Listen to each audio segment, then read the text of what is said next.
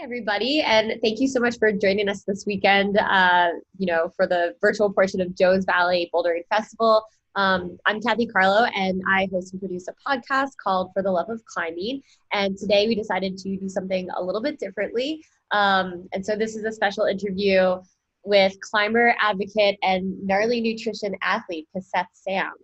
And for those of you who don't know Piseth, they are the founder and CEO of Powerhouse Fitness Studio, injury prevention and strength coach for adventure athletes. Wow, that's a mouthful. And Piseth and I today, we're going to talk about how they created a life of empowerment through their passion for rock climbing and how diversity is changing the sport of rock climbing.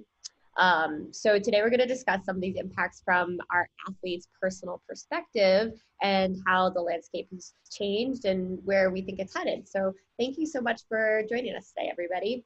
And Piseth, for an intro, would you tell us a little bit about what you do and how you kind of got into that field?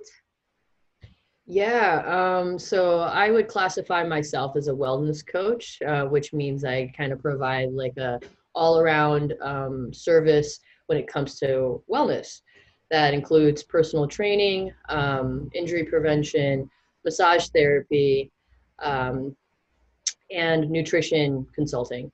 So it's kind of the trifecta, right? The training aspect, the recovery aspect, and then the nutrition aspect. And that's basically what I do for humans. I love that. And there's so much overlap there too that I feel like a lot of people don't automatically recognize, just like, yeah, eating well and feeling well and connecting that to climbing well, you know? So where are you calling in from today? I am calling in from a friend's place who so kindly let me use their setup. She also does a podcast, so, has all the fancy equipment. This is pretty awesome. But we're out of Cambridge, Massachusetts right now. So she's right down the street from me. Awesome. Shout out to Julia Hedlund. Shout out to Julia.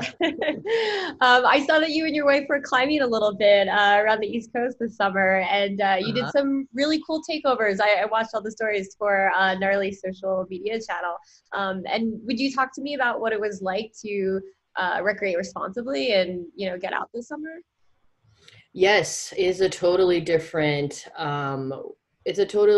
way of navigating like social interactions. The social contract is an ever evolving thing. We're learning as we go, but what we do know, we kind of stick by, right? We do know that the COVID-19 is airborne.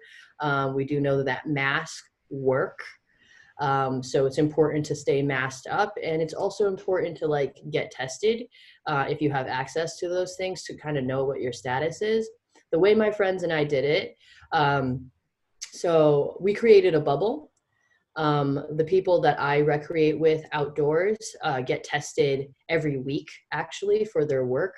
And we have a conversation about who you're seeing and what kind of exposure you've had. And then we assess the risk from there. There are only like 2 to 3 people that, other than our immediate household and our immediate family, that my wife and I are unmasked around. But besides that, masks are like mandatory. We take separate cars, or if we're in the same car, we think about the duration of time that we're going to be in the car, and then having our windows down. So lots of considerations to be responsible when hanging out with each other. Yeah, I love that. And that sounds very similar to my summer. Yeah, you just, you can still get out and climb and do it responsibly. It just takes a little bit more foresight, a little bit more planning and that sort of thing. But yeah, thank you for just, explaining that and being so good about. That's one side, like that's with our friends. I think something also important to talk about is the fact that we didn't climb at all. Like the New England area, New Hampshire was different. Their rates are very low. Their resources are different. So people were climbing during the official, lockdown back in March and April and May.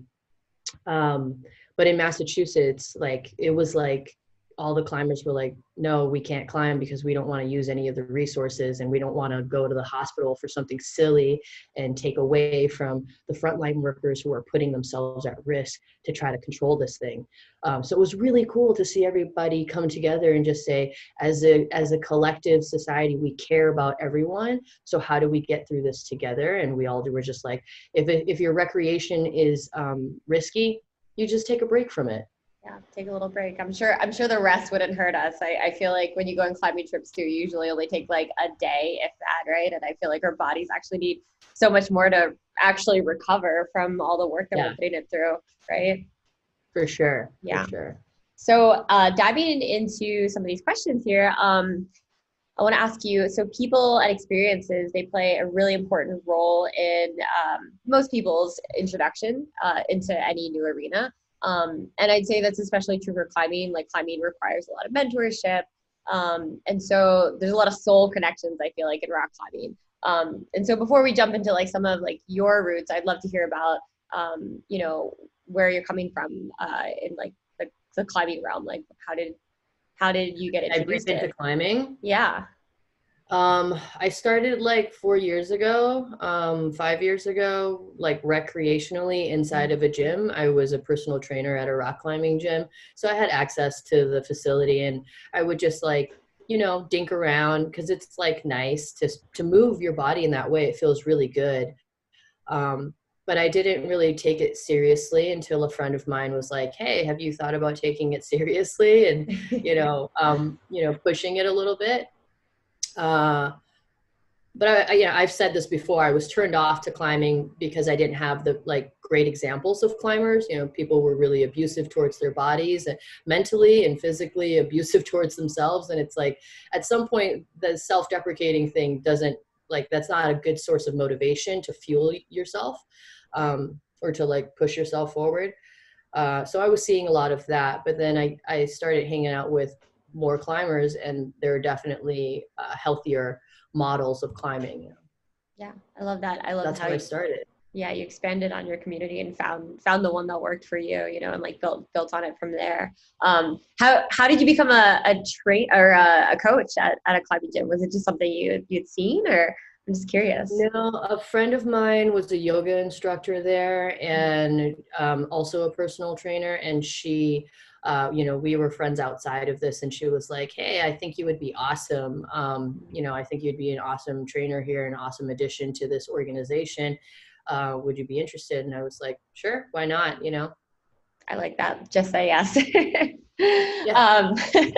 For anybody today watching who hasn't seen the film Refuge, I highly recommend it. It actually debuted at the No Man's Land Film Festival flagship event in Denver this past March. And it won an award for Best Cinematography. And it was actually this beautiful film that was the reason I was connected to you in the first place.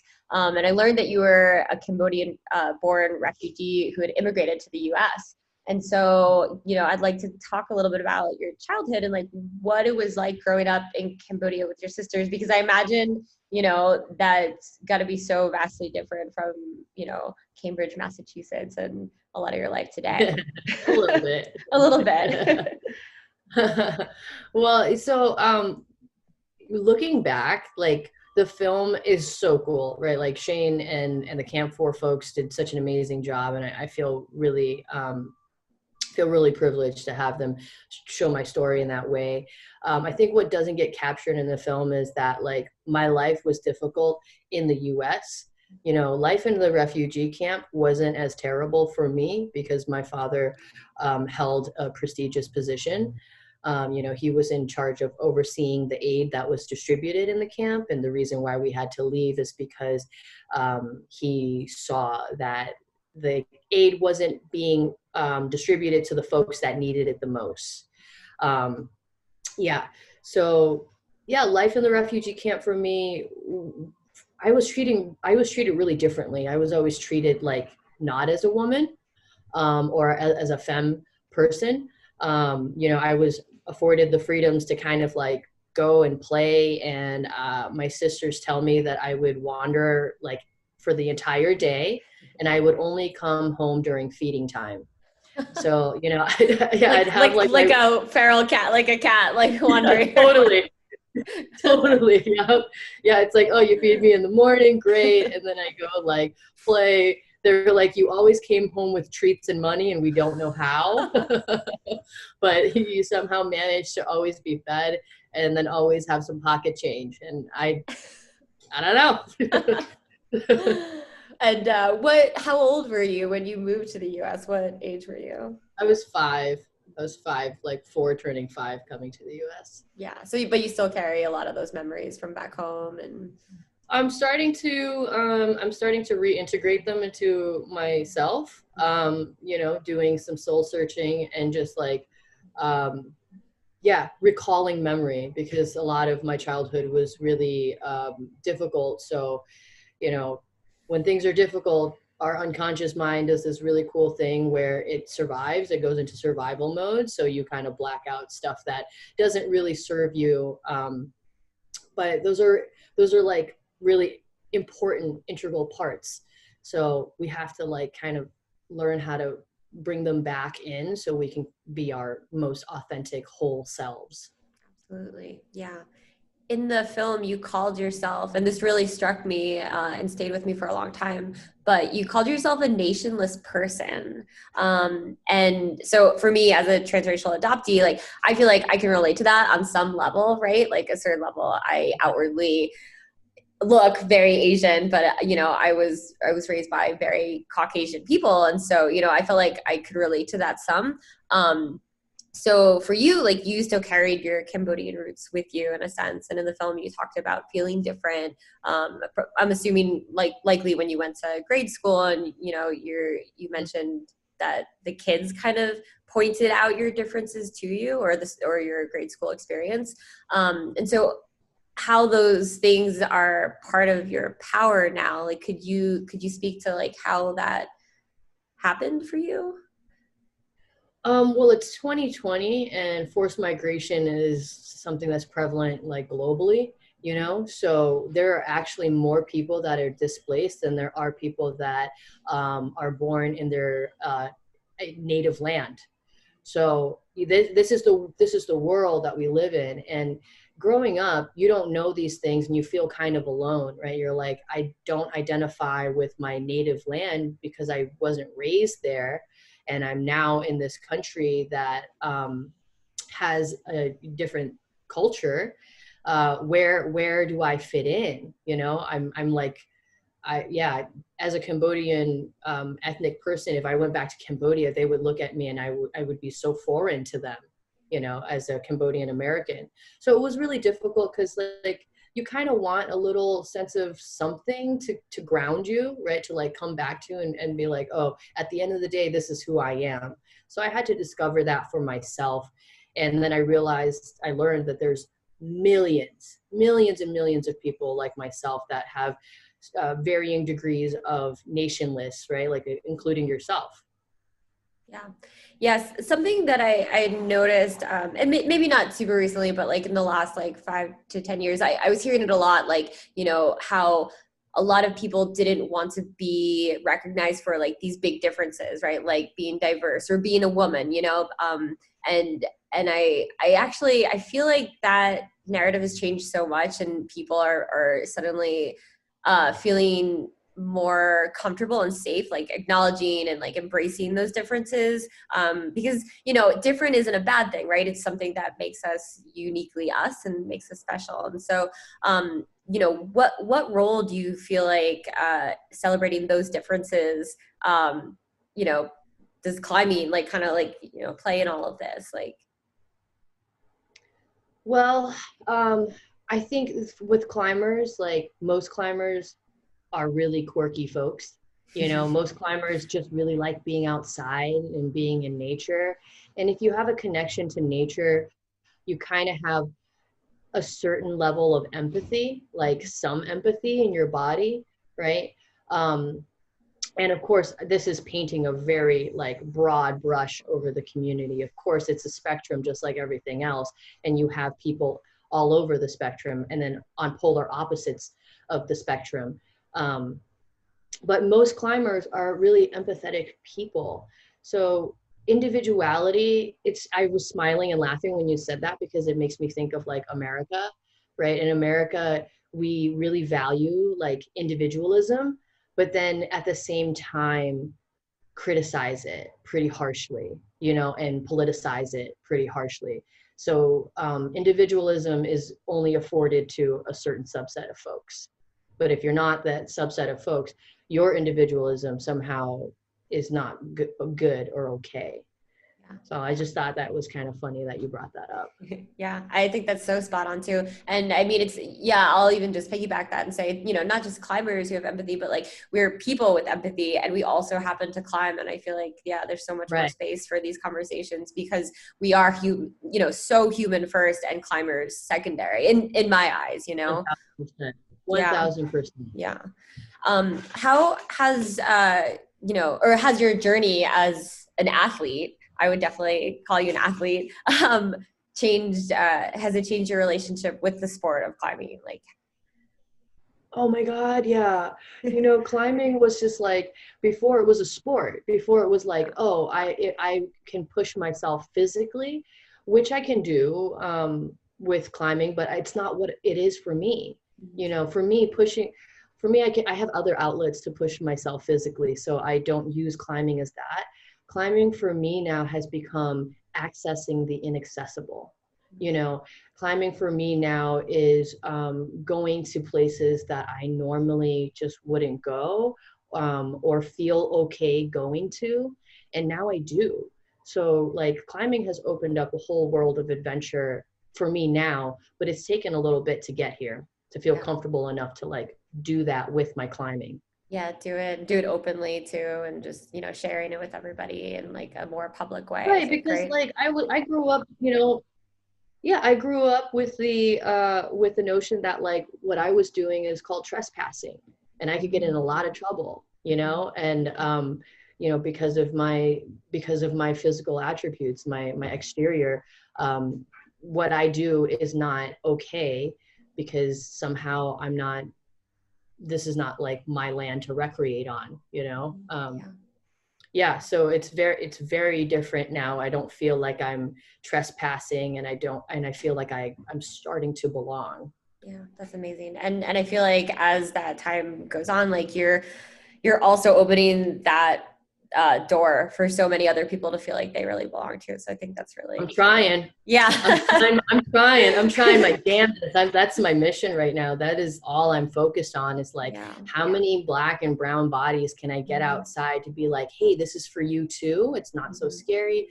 And you will see other Black and brown bodies, but it's going to be different and hard because we are the change we want to see, Yeah, absolutely. And as this path continues to widen for more diverse groups, and not just within the sport of climbing, but just like the greater outdoor arena, right? Like just like all the sports, just, public lands, like what do you feel like some of the challenges are, ahead just for keeping this door open? Like, what have you come up against?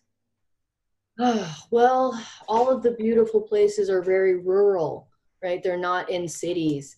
So there's a huge disparity in diversity when you go out to these rural areas, and they're not welcoming. They're like, they can be very hostile, actually, if you go to certain parts of states that are super rural, and you see signs that are plastered on people's lawns or like on people's trucks and things, and it makes, see, for a white person, seeing a Trump sign, it's like, it makes them feel like you're grossed out, and you're just like, that makes me feel like not good.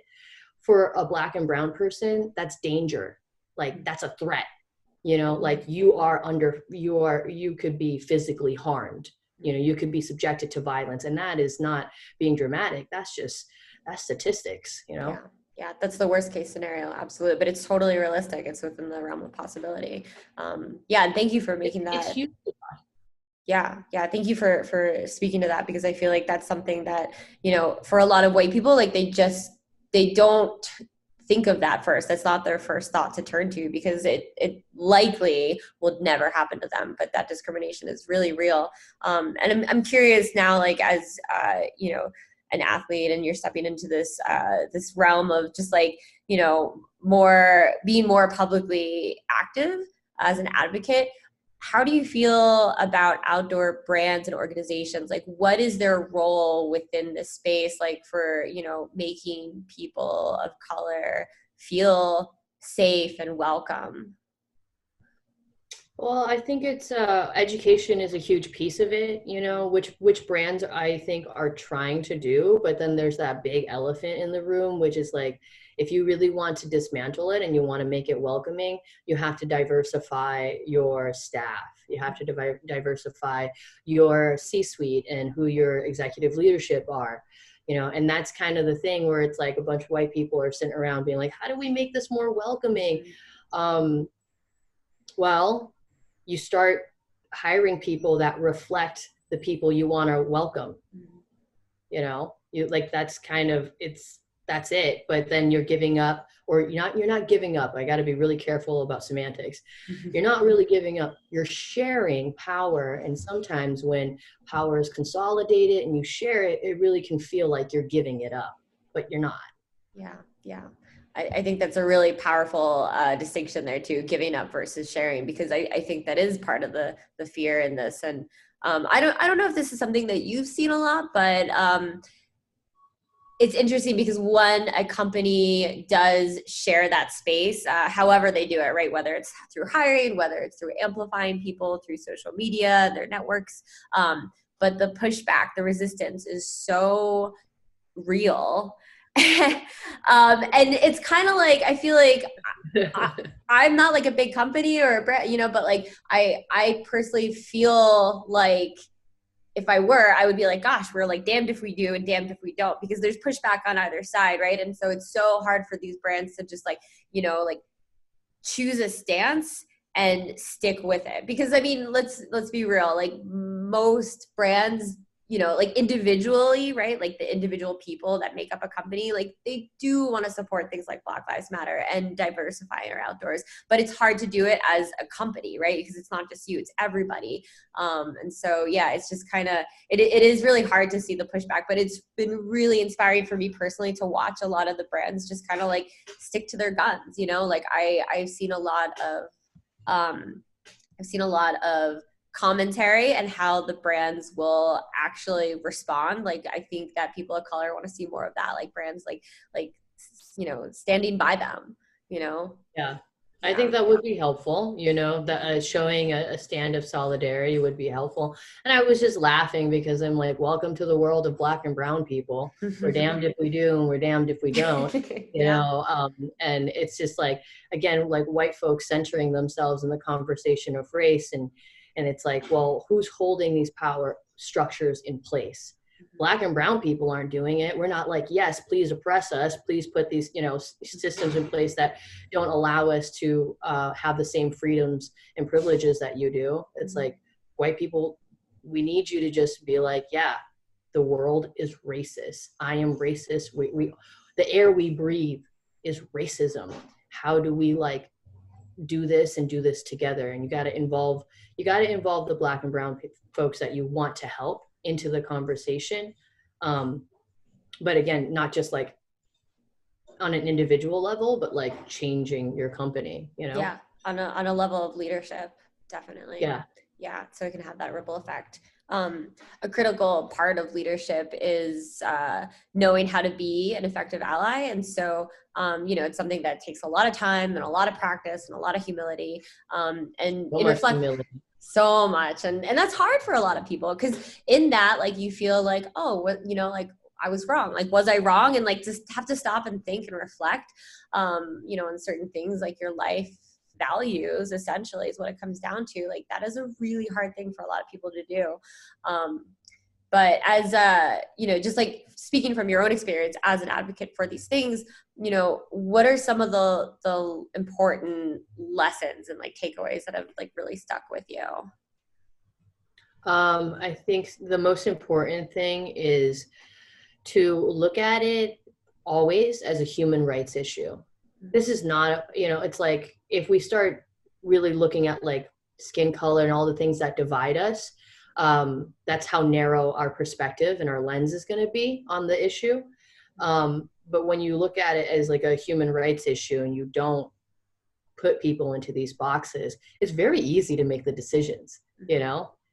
You put everybody on a level playing field, and it's very easy to get the answers that you're looking for if you just apply that one rule.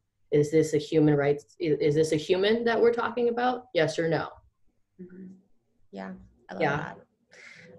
This question is going to sound familiar because I know you were asked it at our flagship festival, but these world issues, everything that's kind of happening in our political climate right now, they feel really heavy and they're really daunting, and even at times just downright depressing. And it's hard to kind of like, stay the course and feel good about, the movement and the work that we're doing.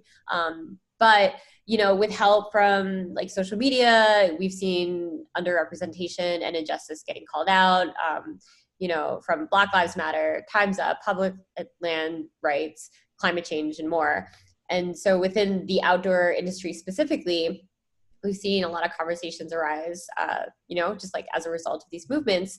And how do you stay positive in this time of change and like situations I feel like are ever evolving? This year, especially for everybody, just from COVID to, movements and protests, like it's been an emotional roller coaster, but how do you stay positive and present? Well, the ways that I stay positive and present is by resting when I need to rest, and I have the privilege to do so. Sometimes, the thing like my external, the fact that I'm, a brown queer person don't allow me to rest fully because I'm always being politicized, whether I like it or not, but yeah, taking a break when you need to, understanding the things that you can control, and then really just giving yourself the space to like feel it all. Like we can't be positive all the time. There are so many horrendous things happening, and we're living globally where we know about these horrendous things in real time, but then there are also so many amazing, wonderful things coming out of this situation. Aside from the fact that this movement has been going for a very long time. It is now receiving some of the recognition that it so desperately deserves and needs, because we're able to like not be so busy and distracted, and pay attention to like what's really, really important. But it's tough because it's a crash course into self-development, and a lot of humans are not ready for that. You can't force people to grow. You can't force people to heal. So it's really a jarring experience, and the energy I can feel is kind of like frantic. But if we're just like a little bit more compassionate and empathetic towards each other, a little bit more patient, treating people like how you would want to be treated, but even better, because what I'm learning is that people don't know how to treat themselves well. Yeah. When it's other people, it's fine. They can talk to their best friend in a nice way. They can, be affirming and be loving and be positive. But when it comes to the self, it's so much more challenging. Yeah, absolutely. I love that too. And something that I was introduced to a little while ago was, because that is the golden rule, right? Treat others how you would want to be treated. And then if you take that one step further and you treat people how they want to be treated, it changes the whole conversation. It changes the entire vibe. And it really, I think that's one way we can like really like work on bridging this whole empathy gap and getting people to see and understand things outside of their own perspective. So I love that you said that. And I love also just like you talking about like self-care and rest, because I know there have been so many conversations in the last, couple months about this especially. And do you know Laura Edmondson by any chance? She runs the I'm familiar with Laura. Let Us Rest podcast. And I love that that's the premise. And it's not that, rest can absolutely look like taking a nap and lying down and actually physically, not do anything, but it can look like so many other things too. And so, just like figuring out like what the best outlet for you is, because it's like, there's so much work to do. And like you and I and everybody else will be so useless truly if we are not at our best, like if we're not at 100%. And to get to that 100%, we have to, really like know how to not hit burnout, or if we get burned out, know when to like take a break. Yep. And that's something like early on with COVID, I had a full class schedule and I got really burnt out and I had to take a step back. And that was really hard for me because you feel like people are relying on you. You know, there's a lot of pressure to help people stay positive during this time. But then like you said, you have to learn when to take time for yourself or else you're going to be burnt out and useless. Yeah, it's just super important to know when to rest so you're not forced to quit. Yeah. I think we have time for two more questions. And so the second to last one I want to ask you is, how do we call in those who have more privilege, who do have these positions of power? Just, you know, how do we create that conversation where they're open and willing to move things forward and accelerate these changes? It's crazy because I'm having that issue right now kind of amongst my friend group. You know, there are a few there there are a few white folks that just like don't get it, and it's been really challenging because for you need to have like a welcoming environment to engage in the conversation in the first place, you know, or else you really feel like you're going into battle, which no one wants to feel like they're doing when they're talking about human rights. You know, it's like, do you really think the treatment that Black people are receiving is acceptable? You know, like, do you think that that's okay? Like, why would you think that that's okay? It's not taking away from what your accomplishments are, or like what you know as a person. Like, you have to understand that you were fed a lot of lies. We all were, right? And no one has escaped. Not one single person has escaped um, how this was architected, because this has been a long time coming. So it's tough because like I still don't know how to tell my 40 something 50 something year old white friends, like, what you're telling me in rebuttal is white history, right? What you're spewing at me is white history, and that is constructed. What you're not telling me is that you're going beyond your white lens and learning other history, right? Learning the history of the Native people, really learning the history of like, when did climbing actually become a sport and why is it like a recreation? So it's just like, I can't do the work for them. They have to do the work. I'm just inviting them to like talk about it. So when my friends tell me like, what do you mean the outdoors isn't for everyone? You know, anybody can go outside. That triggers me and that tells me like, you don't get it. And it's, I either have the space to talk to you about it or I don't. And that's my choice, right? Like, I either have the emotional capacity or like the energy to explain to you. And if I'm explaining something to you that you don't get, you should see that as like a really big favor. You know, like, I'm doing you a huge service by explaining this to you, by giving you this knowledge. But people aren't seeing it like that, unfortunately, and they see it more as a criticism. So it's, yeah, I don't know what to tell you, Kathy. It's like you and I think you're doing an amazing job by offering so many different perspectives and like helping people see from a more empathetic lens, because you're offering those perspectives, and we are the bridge. And it's like, if I'm your only example of a brown person, you have to go out and like make more friends with Black and brown people. And if you're not able to do that, ask yourself why. Yeah, absolutely. It comes down to a willingness to learn. And like you said, if those people that you're talking to don't exhibit that, then you are beating your head against a brick wall, and it's hard. And I look at it like with interviewing and getting people to share these really personal stories, it can be hard because the first time you ask somebody a question, they're not actually going to give you the answer that they want to speak, right? They're actually, and unintentionally, they're telling you what they think you want to hear. And so I have to learn how to reframe these questions. And so it's that same tactic where it's like, okay, well, how do I reframe this in a different way? Because otherwise it's, I don't know. I don't have the answers either. It's really, really What is that reframing?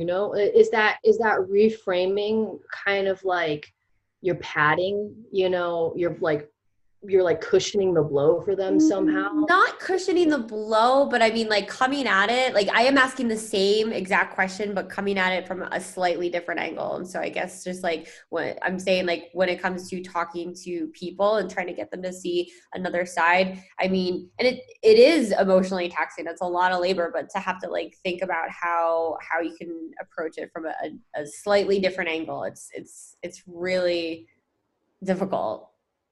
But not padding. I don't mean like cushioning it for them, making it like more palatable or anything like that. I don't mean that. Yeah, that's like, I mean, like, that's the thing. It's like, I was having a conversation and it was like, well, the way that you're speaking about it makes it feel divisive, and it feels like the things that you're saying are inflammatory. And it's like, are they actually objectively that, or do you just feel that way?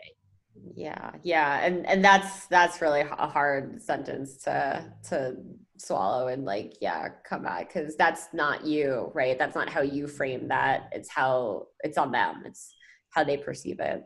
So Mm-hmm. yeah. Right. Last question. Right.